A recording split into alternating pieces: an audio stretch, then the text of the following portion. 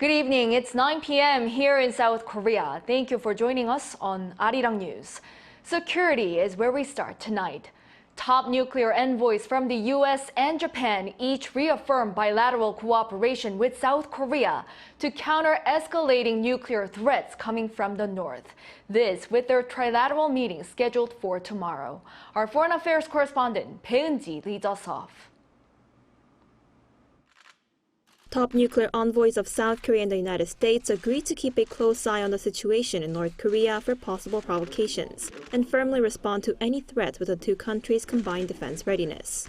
On Thursday, Gunn, South Korea's special representative for Korean Peninsula Peace and Security Affairs, sat down for talks with his American counterpart Sung Kim in Seoul.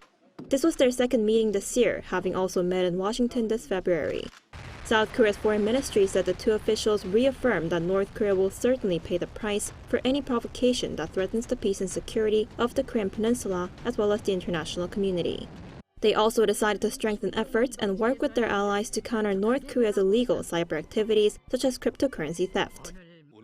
One thing that the top nuclear envoys of South Korea and the U.S. discussed was that more provocations from North Korea will only increase its isolation from the international community, make its economy worse, and that it has nothing to gain. Seoul's Foreign Minister Park Jin also met Washington's top nuclear envoy and called for strong cooperation in order to build an environment for Pyongyang to return to denuclearization talks. Park also stressed that it's important for the two countries to work together on the human rights issue in North Korea.